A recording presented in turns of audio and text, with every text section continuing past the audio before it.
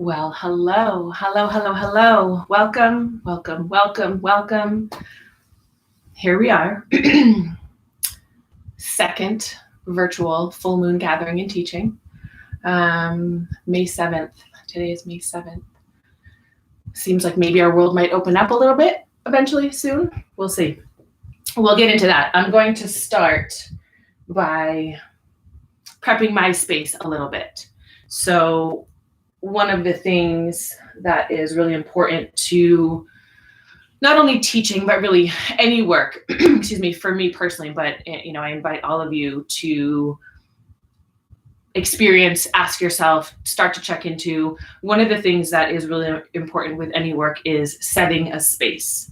The way that we hold space matters. And whether you're teaching or not, the space that you hold is the verbiage for the existence that you just walk around in on a daily basis. So I like to set my space. I like to prep for teaching and whatnot with a little bit of prayer, a little bit of plant medicine sometimes. So I have some sage here, some white sage, which is a wonderful plant for clearing energies, moving energies, cleansing a particular area, cleansing yourself, and getting ready for whatever it is that is to come next. One of the things I really want to highlight, and this is something that was taught to me by a couple of Dene grandmothers that I study with and walk with and have the privilege of spending time with, is that we really don't need a lot. So I have this whole bundle right here, which is great, but I just broke off a tiny little piece because we just don't need a lot, honestly. So what I'm going to do is light this. Some of you have asked in the past, how do I smudge? How do I do that? What does that look like? And legit, this is what it looks like. You just light it and let it do its thing, right? Just let it smoke. Plants are bits of ancient wisdom, and they don't really need direction from us necessarily. They really just need us, again, to hold the space for them to do their work. So we've got some sage going. I'm going to just put this here, let that keep going, do its thing. Okay, so let's begin. Let's get into our teaching. Our teaching this month is about following the artist. Actually, a couple ground rules first. Let's check in on that. Similar to last month, there is, for this live stream, there's no commentary, there's no commenting, there's no back and forth between you and I, which, to be honest with you, last month was a little bit strange. I'm so used to teaching with people in front of me and having that conversation, having that exchange. And that's just obviously not the case given where we are, but that's okay. The medicine still translates. The transmission still occurs. So there is no commentary. However, this teaching and anything really is always an invitation.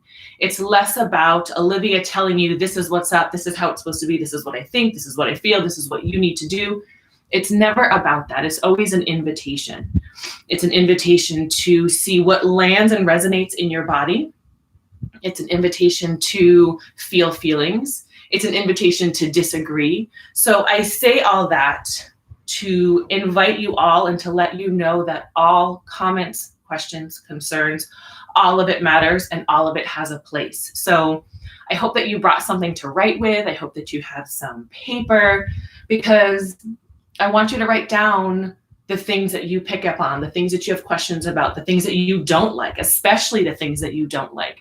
Because when we are triggered by something, that is a sure sign from our body that there's some work to do there.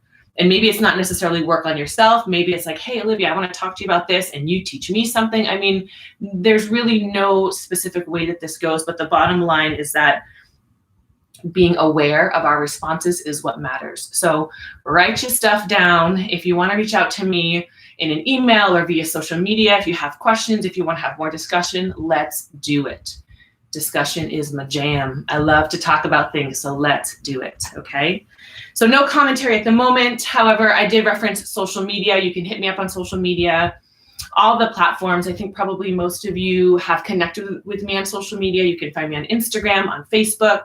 You can find the Only Love Community also on Instagram and Facebook. Both of those places are virtual spaces that I curate and roll around in. So follow along, comment, contribute. Let's be part of the community together. If for some reason tonight anything goes awry with your live stream, check your email, because we do have someone who's paying attention to the audio, paying attention to the visuals, any of that stuff. So if anything gets funky, check your email and you'll get some reconnects, some directions from there, but that's not even going to happen. We're in a bubble. All is protected. We are good to go. And last thing is that I will have a few homework questions for you. So as I referenced earlier, having something to write with, having a piece of paper would be very helpful, so that you can take those homework questions down and do a little bit of writing after the teaching is over, okay? So,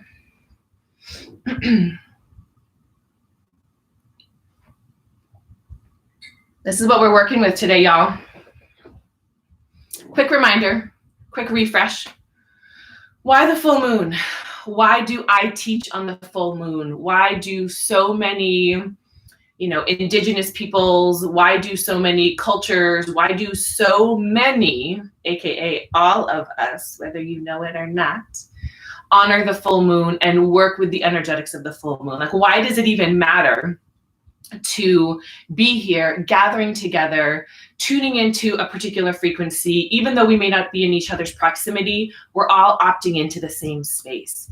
And even saying that is just like, oh, it's so good. I love the way that feels. So thank you, first of all, for opting into that, because when we opt into things together, that's what makes it more powerful, and that's what makes shifts occur. So why do we opt into the full moon? Well, real quick, what I'm going to tell you is that it has to do with the gravitational force and the pull of the moon and the waters on the planet. So it's probably somewhat common knowledge, right, that the tides move and change, and high tide, low tide has to do with the moon. Well, the other piece of that to keep in mind is that we are made up of mostly water. We're 75% water. So based on the orbit of the planet, when we get closer to the moon's gravitational force creates this thing called tidal force, where it like pulls and stretches the water of our planet. We are, again, water, so it pulls and stretches the water of our body. The metaphorical application of that is, at the full moon, we are being stretched. We are being pulled. Our boundaries, AKA our shorelines, are being bulged and pulled and stretched forward. So always the question for yourself, whether you're in a teaching space like this, on an online platform, in a group, in a gathering, whatever it is, always at the full moon, the question for yourself is, how am I being stretched right now? How am I being pulled? How am I being challenged out of my boundary? Which is generally a good thing. And that doesn't mean you have to agree with the ways that you're being stretched, but taking a look at it and digging into it always matters. So that's why the full moon. That's why we get together at the full moon. That's why we celebrate the full moon. That's why we honor the power that beautiful, beautiful, entity holds for us. Being willing to ask ourselves why we are being stretched or how we are being stretched is exactly what we're here to discuss tonight. As I told you, we're talking about following artists. We're talking about how to deal when we don't know how to deal. And right now, as a globe, we are all in that space of, how do I deal when I don't know how to deal? And what that means is, like, I'm stuck in my home. Like, I don't have a job right now. Like, I can't see my people. Like, there are all these things. There is such a level of heightened emotion going on that we're all feeling that. We are all responding to that. And so what I have witnessed with clients, what I've noticed kind of just around in my community, and from a frequency standpoint, tuning into everyone's fields, picking up on the energetics that are going on, everyone's kind of like at their breaking point. Everyone, some of us got there sooner than others, but by now everyone's like, I'm all done. I'm ready for life to go back to normal. Like, peace out, like, all done with this. So we're getting to this point of, like, I don't know what to do. We've got this like angsty sort of energy. We don't really know where to go with some of these things. And whether it's a global pandemic or just like a breakup with your partner, we all have had and will continue to have experiences where we don't know what to do with ourselves. We will continue to have experiences where we will feel so much and not know what to do with it. And it can be overwhelming to our system. It can be overwhelming to our body. It can be overwhelming to our brains because we're like, where do I put this? And that's the thing, is that a lot of the times we don't realize what's going on. We don't realize the excess of energetics that is moving through our system. And therefore we just feel upset and angry or frustrated or tired or hungry or, whatever it is. When we can start identifying things from a more energetic platform, which is a lot of what we talked about last month during the Spiritual Alchemy full moon, if we can start identifying a lot of these things from a more energetic platform, we can work with it differently. We can start kind of like molding it the way you mold clay, right? So we've got this excess emotion. We've got all of this stuff, this buildup. We don't really know what to do with ourselves. And as I said, whether it's a global pandemic or an individual situation, we all have found ourselves in those places, and we're going to continue to find ourselves in those places. So what do we do? Well, as I told you, my answer is we follow the artists. Now, this is something that I put out there in an Instagram post a little while ago, and it has continued to gain momentum. It has continued to resonate. And there's a lot more to it than maybe even just your first offhand thought process. So following the artists. Why do we follow artists? What is it that artists do for us? Well, I'm going to give you a couple of my thoughts. I hope that in this moment you're thinking about some of your own things. Maybe you're writing down as we talk or as I share more and more. This is what artistry means to me. This is what artists do for me. But I'm going to give you some of the thoughts that I have. So artists are really great at being uncomfortable. Artists, I would say, prefer to be uncomfortable more than they prefer to be comfortable, because that tension point is where creativity happens. I mean, what's coming to mind in this moment is the entire grunge movement in Seattle, where it was full of just this angsty teenage shit where everyone's like, I'm just going to wear my flannel and I'm just going to have long hair and never brush it. And that whole thing, that was energy, not uncommon or dissimilar. These are the words, not dissimilar to what we are currently experiencing, where they created an entire movement out of that. And some of the most incredible bands and the most prophetic artists came out of that space.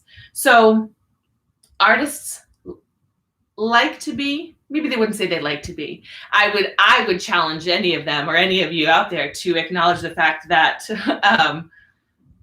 maybe they don't like it, but they realize that what's up, bro?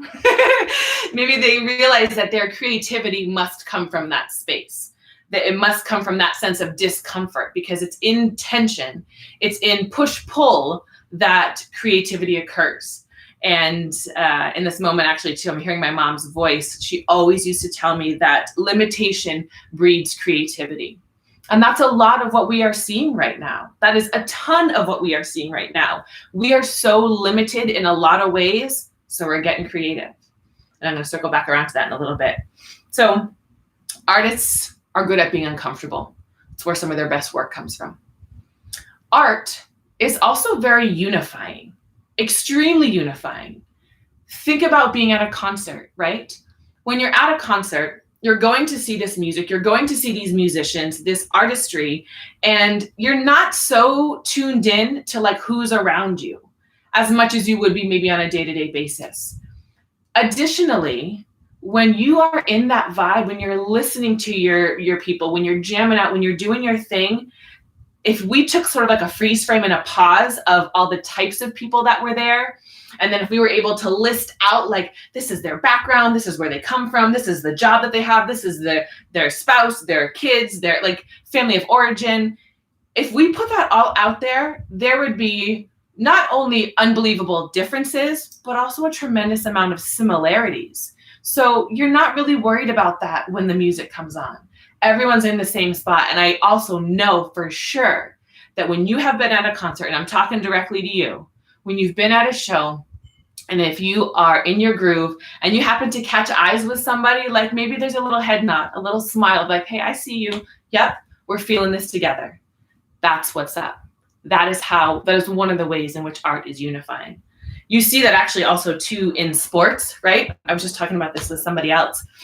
In sports, because athletics are very much an art form, hands down. The coaching, the players, like it is such an art form. And especially right now with the Michael Jordan documentary that's on, that man is poetry in motion. The way that he would move his body, the way that he would read the court, the things that he would do, that is artistry. And if you're in a different country, if you're in a bar you've never been in, doesn't matter, but you roll in with the Bulls jersey that 5 other people have on, all of a sudden, you're all homies. Everyone's on the same page. You've never met that person before, you don't know anything about them, but you're on the same page. So again, art is unifying. The next piece that I want to talk about, and this is gonna kind of get us into some bigger, deeper pieces, is that art makes us feel. Art makes us feel our feelings. The images that come to my mind's eye in this moment are going to a museum and looking at art within the museum. Paintings, sculptures, artifacts, whatever it is, you look at this thing and it evokes emotion. It evokes some type of response from you, some type of like vibrational kind of whooming like response from you. Now, whether that response is a good one or a bad one, those terms are kind of irrelevant in my book. However you decide to categorize it, the bottom line is that it's evoking a response from you. It makes you feel something.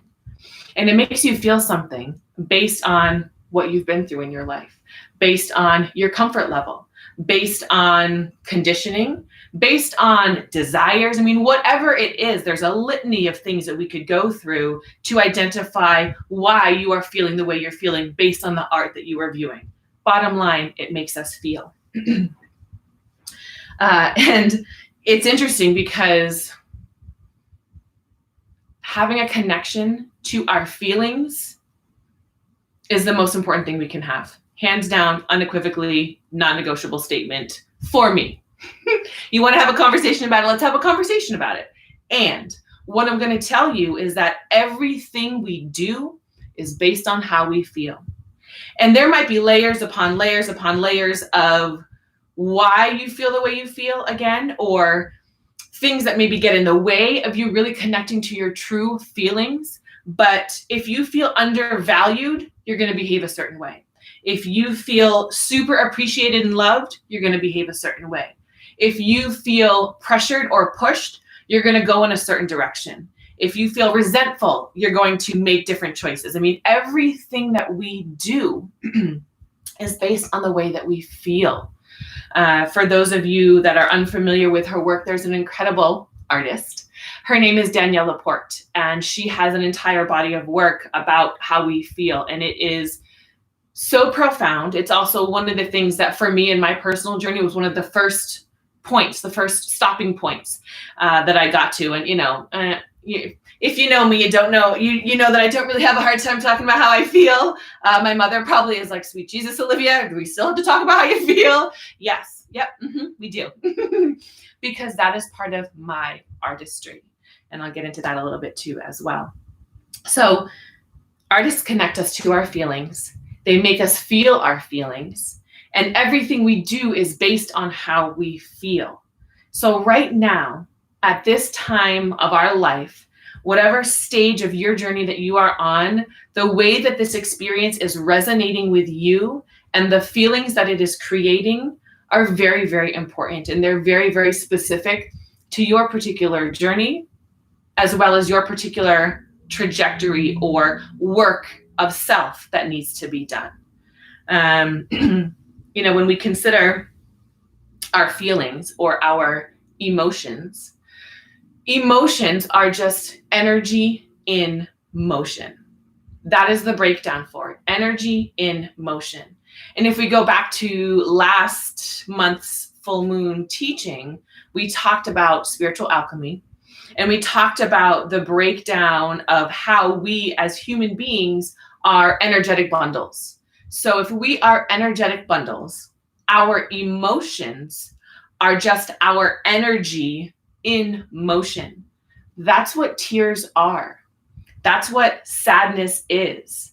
That's what anger is. I just did a guided meditation for someone who was feeling angry, and she needed some help working with that energy.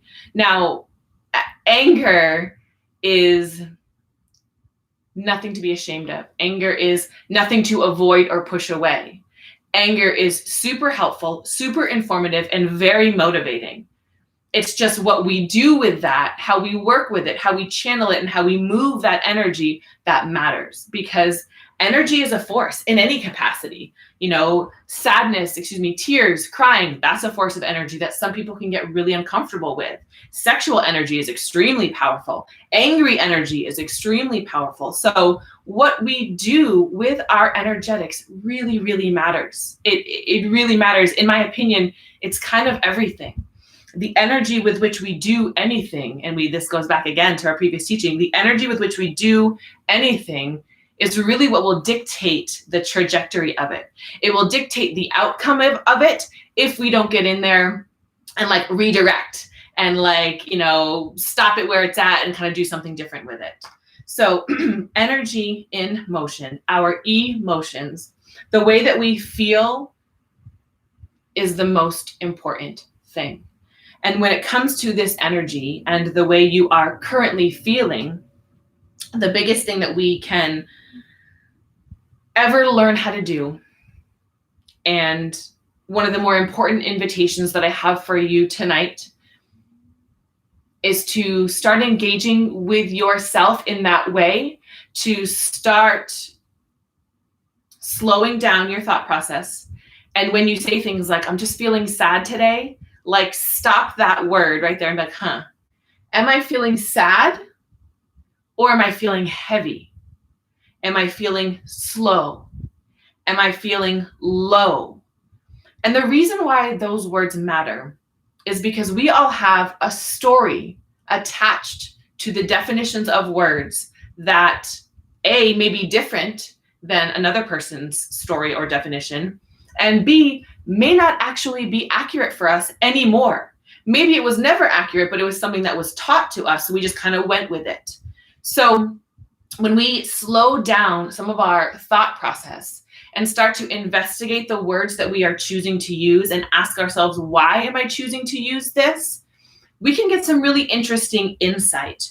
We can get some really clear and more articulate perspective on how to work with our energy, how to move our energy. And to go back to that Seattle grunge movement that I mentioned earlier, inherently as human beings, we want to create. We want to create more money. We want to create more life. We want to create more power. We want to create more influence. We want to create because we are energetic bundles.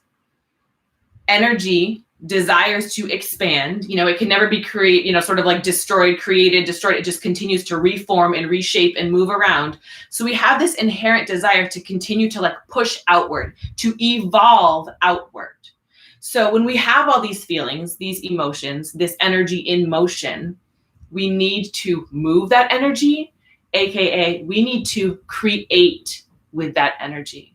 And when we think about, look on social media and look at all the ridiculous things that people are creating. And I say ridiculous not because they're stupid, because they're hilarious to me. They are so entertaining and so out of the box and so creative.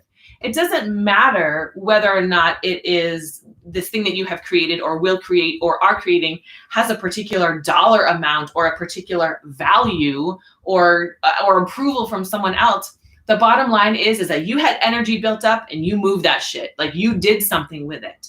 Elizabeth Gilbert, she has a book called Big Magic. Read that book if you haven't read it. It is all about how we work with this energy, how we create and do things, no matter what it is that the outcome may be, whether or not 1 million people love it or nobody even sees it again. Bottom line, we moved that energy and we created something.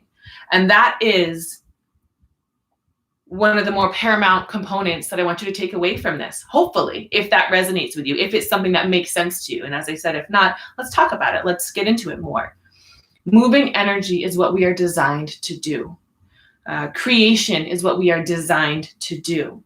And when we talk about following the artists, we go there because they are naturally akin to that. And that gets into a piece that I want to bring into this conversation, because there is more to being an artist than I think you think there might be. So that being said, I'm going to pull out the dictionary, just like I did last time, just like I do every time. Oh, Lord. This is my Grammy's dictionary. Every time I got to bring it out. It's a nod to, the matriarchal energy of my family. It's a nod to the medicine of the wise woman. And it's kind of amazing. I was looking it up today, looking up some things for today's topic. And I'm like, how is it that every time I open this dictionary, it has the medicine? Like, it has the juice, it has the swag. I'm like, Grandma, I love you. Love, love, love you. So the words that I'm going to look up tonight are art, artist, artistic, things in that variety, because I would like you all to consider some other things. So I was talking to one of my homegirls last night who is a painter. So for all intents and purposes, she is an artist. And one of the discussions we were having was that artistry and being an artist is so much more than painting or writing or playing music or sculpting. And in fact, and this was some of what I talked about during my Instagram video, I actually believe that not only is everything art, but every person is an artist. So let's get into that a little bit. I'm going to read you some of these definitions, and you think about what you want to think about. Write down what you think, and then let me know in a minute. Let me know later. Send me an email. Slide into my DMs and let me know how you feel about this definition. So art, the definition of art in this OG Grammy dictionary. The use or employment of things to answer some special purpose. The employment of means to accomplish some end. A system of rules to facilitate the performance of certain actions. A skill in applying such rules. Such as the art of building or of engraving, the fine arts, one of the fine arts, those that appeal to the taste or sense of beauty as painting, sculpture, music, the profession of a painter or sculptor, the special skills required by those who practice these arts. It goes on and on and on, kind of in that more accepted or traditional artistic way. However, I just want you to know the first couple of things that I read said nothing about sculpting or painting. It had to do with skills. It had to do with a means to an end. Keep that in mind. Looking up artist. One skilled in an art or profession, especially one who professes and practices one of the fine arts, as painting, sculpting, engraving, etc. And then artistic, pertaining to art or artists, trained in art, satisfying the aesthetic standards of art. So while there are definite references and examples of painting, sculpting, fine arts, it also talked about, as I said, a certain skill set. It talked about understanding the job that needs to be done to achieve a certain outcome. So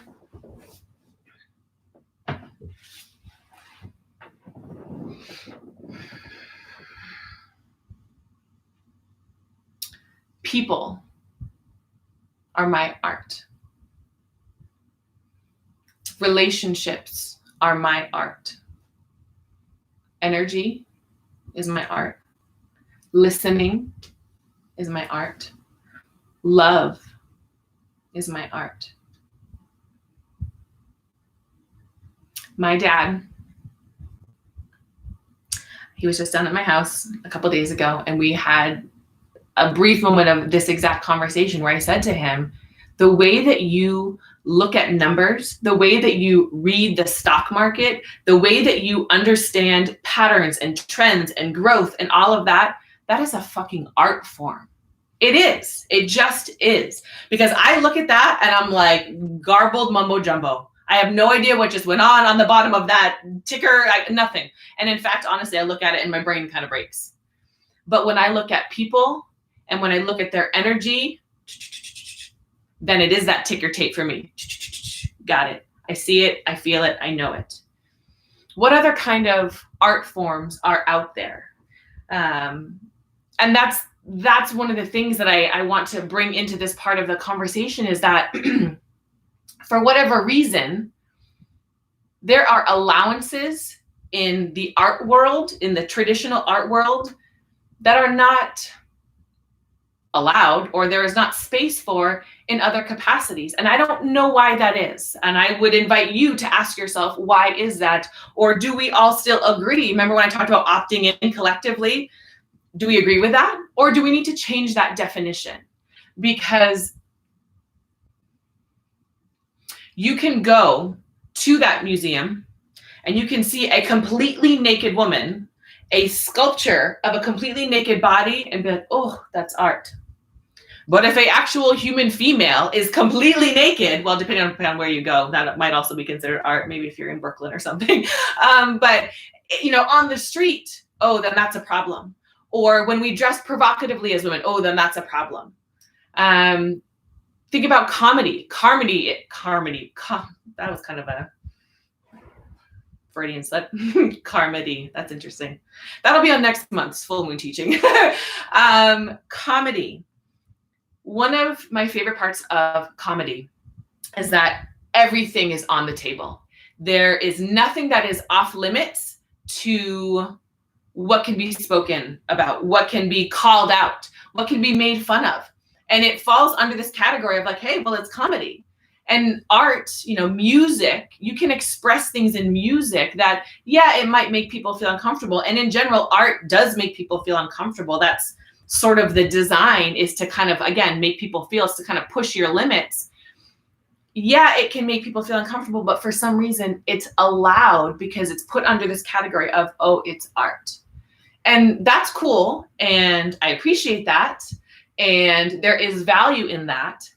And I would really like it if we could zoom out our lens a little bit and open ourselves up to all the other art forms that exist in the world. Business is an art form. Teaching is an art form. The concept of holding space for an entire group of people, no matter what age, it takes a very particular skill set to hold that space, to keep people engaged. And it's interesting, when I was, not so much that I was learning to become a teacher, because I believe I am a teacher and that is an art form, that's a skill set that I have. But I learned from a teacher of mine, one of the things that he suggested to me when it came to presenting information was, tell them what you're going to teach them, and then tell them what you just taught them.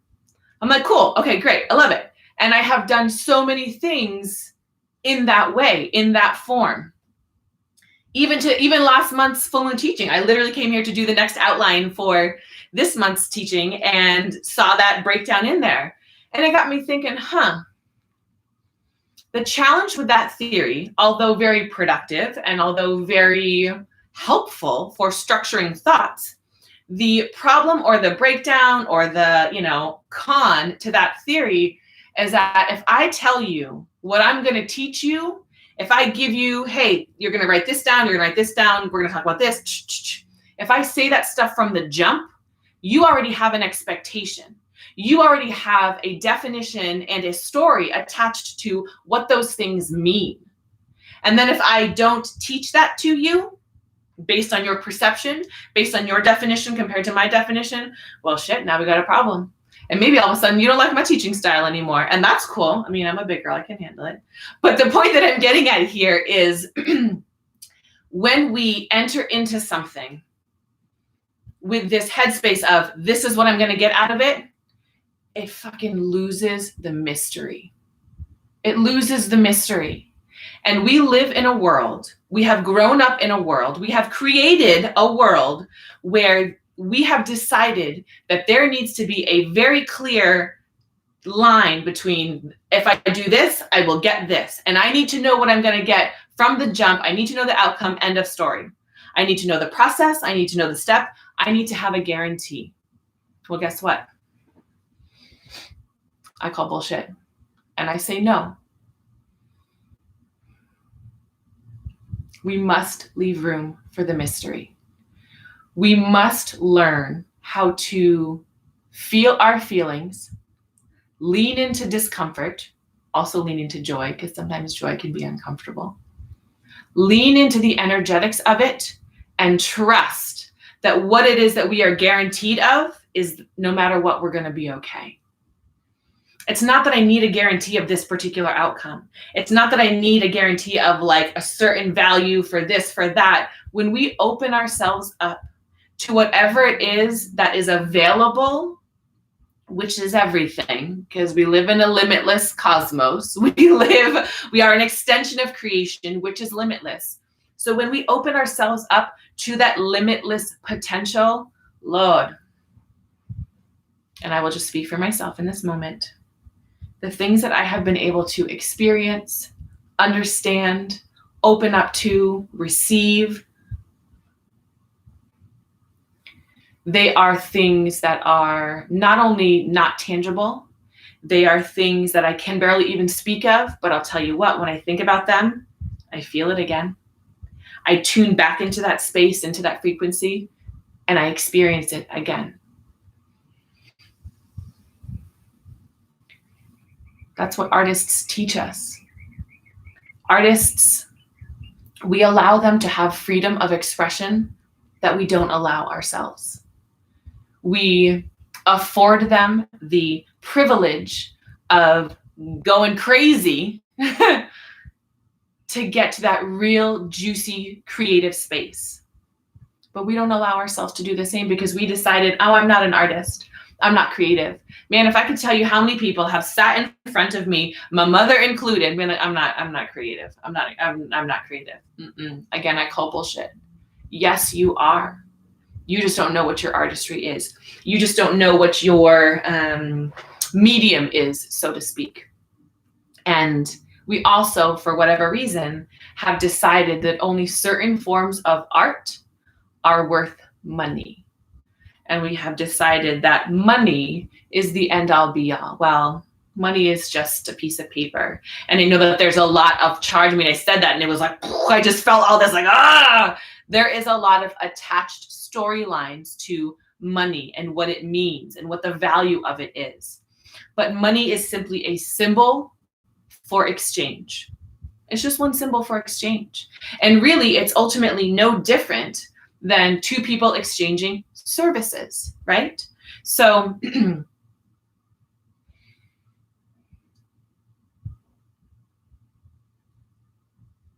I would love if all of us, not just in this moment, not just with this particular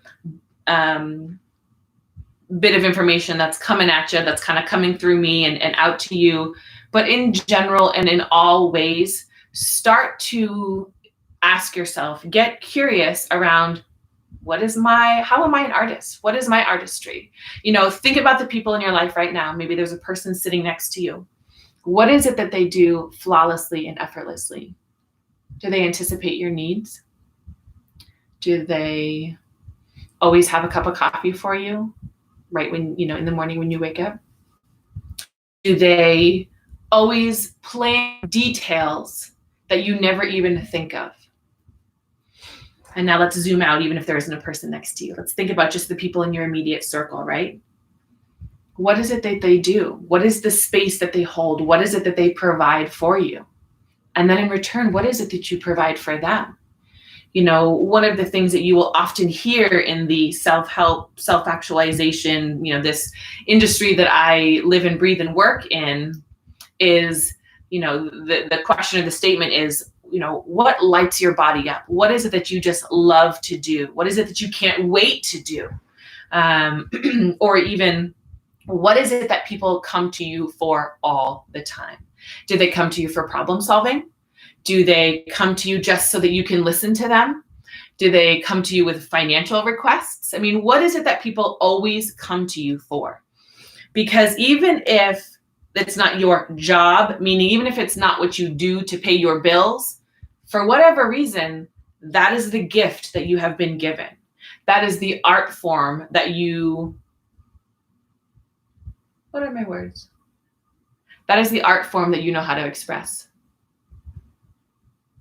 And if people naturally, without you even advertising it, show up and want that from you, it's because they energetically and vibrationally know that you have that wisdom for them.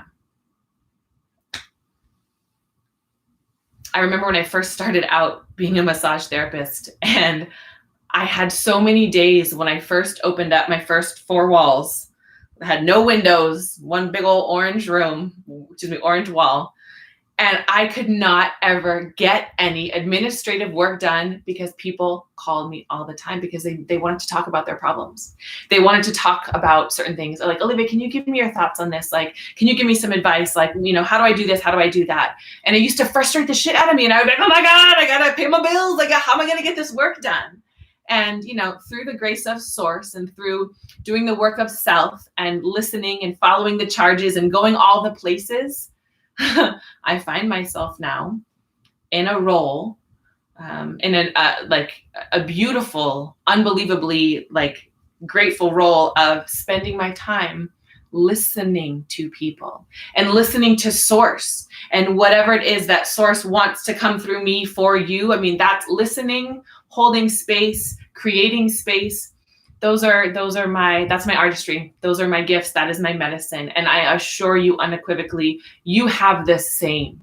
You absolutely have the same. It may not be that particular delivery, but you have artistry within you and you are an artist. So when we talk about, how do I deal when I don't know how to deal? Well, you got to move that energy. You got to create something. Okay, so I got to create something. I got to follow the artist. Well, I got to follow artists because that artist is going to make me feel. And we all have our favorite platforms, so to speak. We all have our favorite people that we go to that help invoke certain things, certain music, certain movies.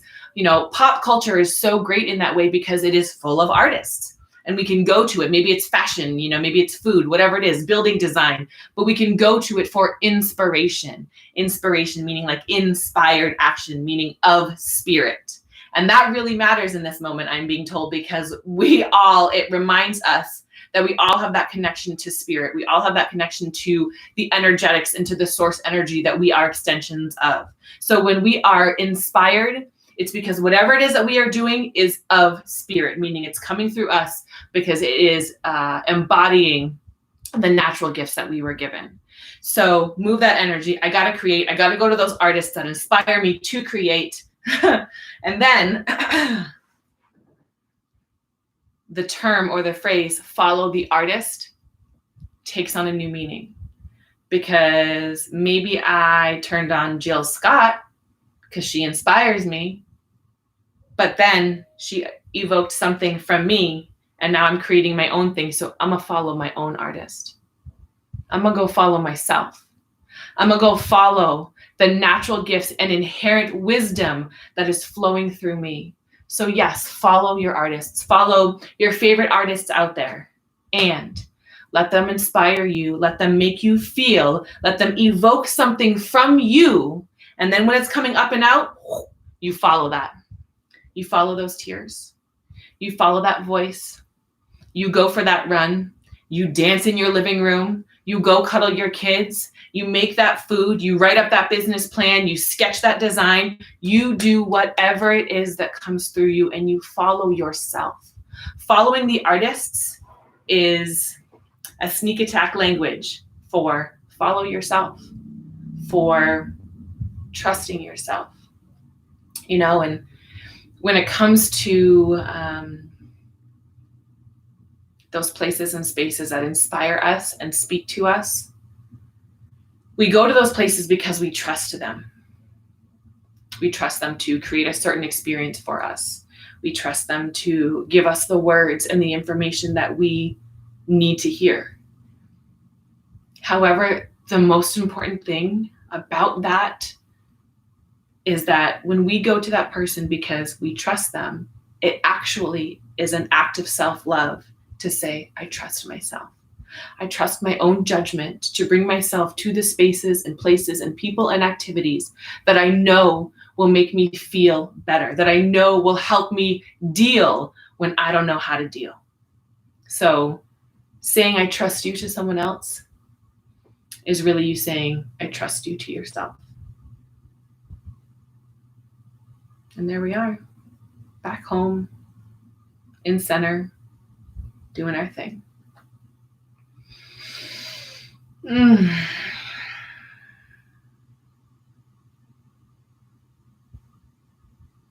I invite you to write down these questions. So get your paper and your pen or your pencil or your crayon or whatever, your pastel, whatever you got to write with. And these are the questions I would love for you to answer, in particular in this moment, because again, when we all opt into this same space, it makes the frequency in the field so much more potent. And you're gonna have like the support of everyone that is watching this live stream along with you for these answers and for this experience. So once we complete, I would love it if you could write down your answers, your particular answers and thoughts to these questions. First question, what is your personal definition of an artist? And I know that I just went through a whole bunch of stuff and I was all like, hey, even if you're not a painter, you're still an artist. Like, hey, whatever. But what is your personal definition of an artist? And what were the things that came to mind when I said that to you, or when you heard like, follow the artist? Like, who are those people that came to mind? Write down that definition. Question number 2, what does it mean to be creative? What does creation or creating look like, feel like, sound like, taste like, smell like? What does it mean? What is your story around being creative? Question number 3. If you were to claim the title of artist, how would that make you feel? How does that land in your body? If you're, at a dinner party, if you're at a bar, or, you're at a coffee bar, or whatever, you meet someone new and like, what do you do for work? And, oh, I'm an artist. And now what I'm going to say is I know that my inflection and my tone just actually like totally put an agenda in there. So I want to honor that. Let me see if I can say it really bland. I'm an artist. Of course I say it that way because you know how I feel about it, which is fine. So yeah, I really entertain myself. If you were to tell people that you were an artist, how does that feel in your body? How does your body respond? Do you contract? Do you light up? Do you feel weird? Do you feel numb? I mean, just dig into that a little bit. How does your body respond? If you are an artist in the more traditional or accepted sense, whatever it is that you're doing for work, is that your only medium? So if you are a painter, like I said, I was talking to my homegirl last night and I think she's watching, or maybe she's going to watch it later. But if you are a painter, or if you are a writer, or if you are a musician, is that your only medium? What else? Zoom out. What else do you do, so to speak? What else is it that inspires you, that comes through you? And like I said, even the very non-tangible and actually non-quantifiable art of holding space makes you an artist. Because if someone feels safe around you, if the energy that you hold is one that is very inviting, and people are always talking about, man, your house just feels so good. Oh, I could just stay here forever. Artistry. Like that's part of your medium. I would be curious to know, in addition to how it lands in your body to claim that title of artist, if you're not already claiming that title and you're trying it on for size just for now in this moment, what would your medium be? What are you an artist of? Are you an artist of love? Are you an artist of, organization? Are you an artist of design? I mean, are you an artist of, children. Oh my Lord, that is incredibly powerful and important artistry. So what is your medium? What is your medium? What does it mean to be an artist? What does it mean to you to be creative? If you were to claim that title of artist, how does that land in your body, and what would your medium be? And then if you are already a self-proclaimed artist and this is what you do, is that your only skill set, gift, and platform? Or are there other things that you flex and you don't even really realize it? The reason why all of this matters is because anytime we can come into a greater level of communion and harmony and acceptance of ourselves, everything works better. It works better. The channel flows, life seems to click into place differently. We're just fucking happier, like we're just more at peace. Quite often, a lot of our angst and frustration and dis-ease is because there is stuck energy that cannot move through us. So when I say to you that creation matters and follow the artist, it's because that energy has got to get through us. That's what we are. These energetic bundles, again, we are more space than we are matter. So we have to let things kind of permeate and move through. That brings us back to the sage. Lighting that helps to clear and move energy. So after sessions, got to clear that out. Let that, anything that may have been stuck, let that go, let it detach, let it move on. We have got to move our energy. So that is what I have for you when it comes to how do I deal when I don't know how to deal? How do I follow the artist? What does it mean to follow the artist? How do I find my way to my own inner artist? If you have more questions, if you don't understand, if you need more help, you want support, I am here for you. I got you. If you would like to work with me on a more personal level, I am here for you. I got you. Email to olivia@oliviahalliday.com. You'll get emails, a follow-up email with the recording to this link. Find me on social media. Send out smoke signals and carrier pigeons. I will find you. You will find me. We will find each other. The work will get done. So let me know what you need when you need it. And I'm here.